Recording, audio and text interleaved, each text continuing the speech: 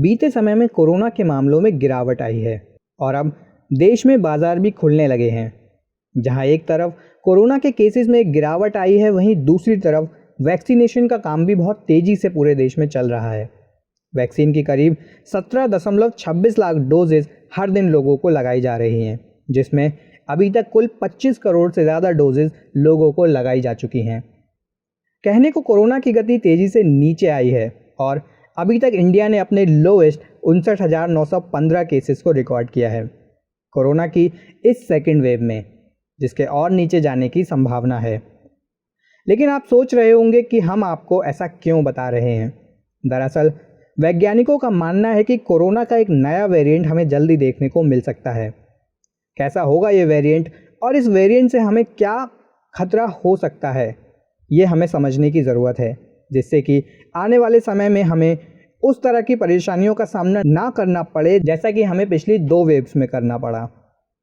Video को शुरू करने से पहले अगर आपने अभी तक चैनल को सब्सक्राइब नहीं किया है तो चैनल को सब्सक्राइब कर लीजिए और पास बने बेल आइकन के बटन को हिट कर दीजिए, जिससे कि आपको हमारे आने वाले वीडियोस का नोटिफिकेशन मिलता रहे। तो आइए जानते हैं इस आने वाले न्यू वेरिएंट के बारे में। हाल ही में केंद्र सरकार की तरफ से इस नए वेरिएंट को लेकर जानकारी आई है। हालांकि ऑफिशियली सरकार ने इस बारे में ऐसा कुछ नहीं कहा है, लेकिन माना जा रहा है कि नया वेरिएंट पिछले वेरिएंट जैसा ही है, जिसे डेल्टा वेरिएंट कहा जाता था। इस नए वेरिएंट को AY.1 या डेल्टा प्लस वेरिएंट नाम दिया गया है। AY.1 कोरोना वायरस का एक वेरिएंट मौजूद है जो कि कोरोना वायरस के डेल्टा वेरिएंट के करीब है। समझने की कोशिश करते हैं कि डेल्टा प्लस वेरिएंट है क्या। कोरोना वायरस का एक नया वेरिएंट डेल्टा प्लस वेरिएंट है। यह डेल्टा वेरिएंट का विकसित रूप है। देश में कोरोना की दूसरी लहर के दौरान वायरस की चपेट में आए ज़्यादातर लोग इसी वेरिएंट के शिकार हुए थे। अब वैज्ञानिकों ने दावा किया है कि डेल्टा वेरिएंट ही विकसित होकर डेल्टा प्लस बन गया है, लेकिन केंद्र सरकार का मानना है कि ये डेल्टा प्लस वेरिएंट इतना खतरनाक नहीं बना है। हालांकि केंद्र सरकार इस पर लगातार नज़र बनाई हुई है। सरकार का कहना है कि हमें इसके बारे में अभी ज़्यादा जानकारी नहीं है, अभी हम इसे समझने की कोशिश कर रहे हैं। सरकार की ओर से कहा गया है कि म्यूटेशन एक जैविक तथ्य है, हमें बचाव के तरीके अपनाने हैं, हमें इसे फैलने से रोकना होगा। जानते हैं कि आखिर कैसे बना है delta plus variant. Delta plus variant delta variant यानी कि B.1.617.2 स्ट्रेन के म्यूटेशन से बना है। म्यूटेशन का नाम है K417N और कोरोना वायरस के स्पाइक प्रोटीन में यानी पुराने वाले वेरिएंट में थोड़े बदलाव हो गए हैं। इस कारण नया वेरिएंट सामने आ गया है। स्पाइक प्रोटीन वायरस का वह हिस्सा होता है जिसकी मदद से वायरस हमारे शरीर में प्रवेश करता है और हमें संक्रमित करता है। K417N म्यूटेशन के कारण ही कोरोना वायरस हमारे इम्यून सिस्टम को चकमा देने में कामयाब होता है। नीति आयोग ने 14 जून को कहा था कि डेल्टा प्लस वेरिएंट इस साल मार्च से ही हमारे बीच मौजूद है। हालांकि ऐसा कहते हुए नीति आयोग ने बताया कि ये अभी चिंता का कारण नहीं है। अमेरिका में इस समय डेल्टा प्लस के 6% मामले हैं। इंग्लैंड की स्वास्थ्य एजेंसी पब्लिक हेल्थ इंग्लैंड के मुताबिक K417N म्यूटेशन के साथ अब तक 63 प्रकार के अलग अलग वेरिएंट की पहचान की गई है, जिनमें से 6 भारतीय वेरिएंट हैं। भारत में दूसरी लहर के दौरान कहर ढा चुका कोरोना का डेल्टा वेरिएंट अब पूरी दुनिया में फैल गया है। टीकों की खुराक लेने के बाद भी यह लोगों को अपना शिकार बना रहा है। आखिर कोरोना के कितने वेरिएंट हो सकते हैं? कोरोना वायरस के फैलने की क्षमता कितनी है, इसका अंदाजा उसके R0 को देखकर लगाया जा सकता है। मान लीजिए कि हम में से कोई इम्यून नहीं है, यानी कि किसी में भी रोग प्रतिरोधक क्षमता नहीं है और हम में से किसी ने कोई सावधानी नहीं बरती है। ऐसे में यह वायरस किसी एक संक्रमित व्यक्ति से जितने व्यक्तियों में फैल सकता है, वही उस वायरस की R0 क्षमता है। वैज्ञानिकों के अनुसार हाल ही में पाए गए डेल्टा वेरिएंट की R0 क्षमता 8.0 तक भी हो सकती है। ऑक्सफोर्ड यूनिवर्सिटी में वायरल एवोल्यूशन का अध्ययन करने वाले डॉक्टर कहते हैं, इस वायरस ने हमें बहुत हैरान किया है। जिस तरह का संभावित डर हमें रहता है, यह उससे बिल्कुल अलग है।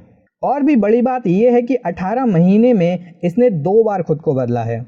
इसके अल्फा और डेल्टा वेरिएंट दोनों ही अपने पिछले वेरिएंट से 50% तक ज़्यादा संक्रामक पाए गए हैं। किसी वायरस में इतना बदलाव होना असाधारण है। डॉक्टर्स का मानना है कि ये वायरस कितनी तेज़ी से बढ़ेगा इसके बारे में पहले से कुछ भी सोचना मूर्खतापूर्ण है, और उनका मानना है आने वाले कुछ ही सालों में इस वायरस की संक्रामकता बढ़ जाएगी, यानी कि इसके कुछ और वेरिएंट हमें देखने को मिल सकते हैं। हालांकि कुछ वायरस हैं जिनकी संक्रामक दर यानी R0 कोरोना वायरस से काफ़ी अधिक है। उदाहरण के लिए खसरा या चेचक का वायरस इस मामले में रिकॉर्ड धारक है, जो संक्रमण के विस्फोटक प्रकोप का कारण बन सकता है। आखिर वायरस के वेरिएंट कहां से आ रहे हैं? अपने आप को बनाए रखने के लिए वायरस कुछ तरकीबों का सहारा लेते हैं, जैसे कि वो मानव शरीर में सेल्स के साथ अपने रिएक्शन बदलते हैं, हवा में अधिक समय तक खुद को जीवित रखने की कोशिश करते हैं। ये वायरस कुछ मरीजों में वायरस लोड बढ़ाते हैं, जिससे कि मरीज सांस, छींक और कफ के जरिए और वायरस छोड़े। इसके अलावा वो संक्रमण के दौरान खुद में बदलाव भी लाते हैं। लेकिन कोरोना वायरस में जिस तरह के बदलाव हमने अल्फा से डेल्टा तक देखा है, क्या इसी तरह हमें ओमेगा या अन्य वेरिएंट का भी सामना करना होगा? और क्या ये वेरिएंट बद से बदतर होते जाएंगे? इस सवाल पर एक्सपर्ट्स कहते हैं आखिरकार तो इसकी भी सीमा है। ऐसा नहीं है कि कोई सुपर अल्टीमेटम वायरस आएगा जिसके पास म्यूटेट करने के सभी बुरे कॉम्बिनेशन होंगे। वही कुछ जानकारों की राय है कि इतिहास का सबसे तेज टीकाकरण अभियान इस वायरस के लिए एक बड़ी बाधा साबित हो सकता है। यह बहुत संभव है कि वायरस में परिवर्तन जो टीकों से बचने में इसे बेहतर बनाते हैं, वो अंततः संचारित करने की इसकी क्षमता को बिल्कुल कम कर देते हैं। डेल्टा वेरिएंट में हमने देखा कि वो ना सिर्फ तेजी से फैलता है, बल्कि वो इम्यूनिटी को भी चकमा दे सकता है। अलग अलग वायरस लोगों को संक्रमित करने के लिए अलग अलग तरीकों का इस्तेमाल करते हैं। जैसे चेचक का वायरस विस्फोटक है, लेकिन वो जीवन भर के लिए इम्यूनिटी छोड़ जाता है, इसलिए उसे हर बार किसी नए की तलाश करनी होती है। जबकि इन्फ्लुएंजा वायरस का R0 बहुत कम होता है, ये बामुश्किल 1 से ऊपर जाता है, लेकिन वो लगातार संक्रमण करता है और कई बार इम्यूनिटी होने के बावजूद भी लोगों को परेशान करता है। कितना कारगर साबित होंगी वैक्सीन्स कोरोना वायरस के इस नए वेरिएंट पर? वैज्ञानिकों को उम्मीद है कि जिन अमीर और विकसित देशों में टीकाकरण अभियान पर्याप्त तेजी से चलाए जा रहे हैं, वहां कोरोना वायरस के इस अगले वेरिएंट इम्यूनिटी होने की वजह से उतनी परेशानी पैदा नहीं कर पाएंगे। लेकिन ये वेरिएंट और उनकी खतरनाक होती प्रवृत्ति बाकी दुनिया के लिए किसी बुरे सपने से कम नहीं है। दोस्तों, अब बात करते हैं भारतीय वैक्सीन कोवैक्सीन की। स्वदेशी वैक्सीन निर्माता कंपनी भारत बायोटेक को अमेरिका में इमरजेंसी इस्तेमाल के लिए अभी थोड़ा और इंतजार करना होगा। अमेरिका ने अभी कोवैक्सीन के इमरजेंसी इस्तेमाल पर मंजूरी ना देने का फैसला किया है। अमेरिकी फूड और एडमिनिस्ट्रेशन यानी FDA ने भारत बायोटेक की कोवैक्सीन टीके के आपातकालीन इस्तेमाल के आवेदन को खारिज कर दिया है। अब इससे कंपनी को अमेरिका में अपनी वैक्सीन को लॉन्च करने के लिए और थोड़ा इंतजार करना होगा। बता दें कि कुछ दिनों पहले कोवैक्सीन के लिए अमेरिकी साझेदार ऑक्यूजेन ने अमेरिकी दवा नियामक FDA के पास मास्टर फाइल भेजकर इस टीके के आपातकालीन इस्तेमाल की मंजूरी मांगी थी। ऑक्यूजेन ने कहा कि कंपनी अमेरिका से कोवैक्सीन की पूरी मंजूरी मांगेगी। अमेरिकी कंपनी को एक और अतिरिक्त परीक्षण शुरू करने के लिए कहा जा रहा है, जिससे कि कंपनी एक बायोलॉजिकल लाइसेंस आवेदन के लिए फाइल कर सके, जो कि एक पूर्ण मंजूरी है। ऑक्यूजेन के मुख्य कार्यकारी संकर मुशिनीरी ने कहा कि इससे भले ही वैक्सीन लाने में देरी होगी, लेकिन हम कोवैक्सीन को अमेरिका में लाने में प्रतिबद्ध हैं। बता दें कि ऑक्यूजेन US एक बायोफार्मा कंपनी है जो हैदराबाद स्थित भारत बायोटेक के साथ कोवैक्सीन बनाने का काम कर रही है। ऑक्यूजेन ने हाल ही में कनाडा में वैक्सीन बेचने के लिए विशेष अधिकार हासिल किए हैं। अगर अमेरिका में कोवैक्सीन के आपातकालीन इस्तेमाल को मंजूरी मिल जाती है तो भारत की स्वदेशी वैक्सीन के लिए ये एक कामयाबी होगी। तो दोस्तों, ये था हमारा वीडियो कोरोना वायरस के न्यू म्यूटेंट और अमेरिका में कोवैक्सीन के अप्रूवल के लिए। वीडियो आपको पसंद आया हो तो वीडियो को लाइक और शेयर करें, चैनल को सब्सक्राइब करें और जुड़िए हमारे चैनल नॉलेज साथी के साथ। वीडियो देखने के लिए आपका धन्यवाद।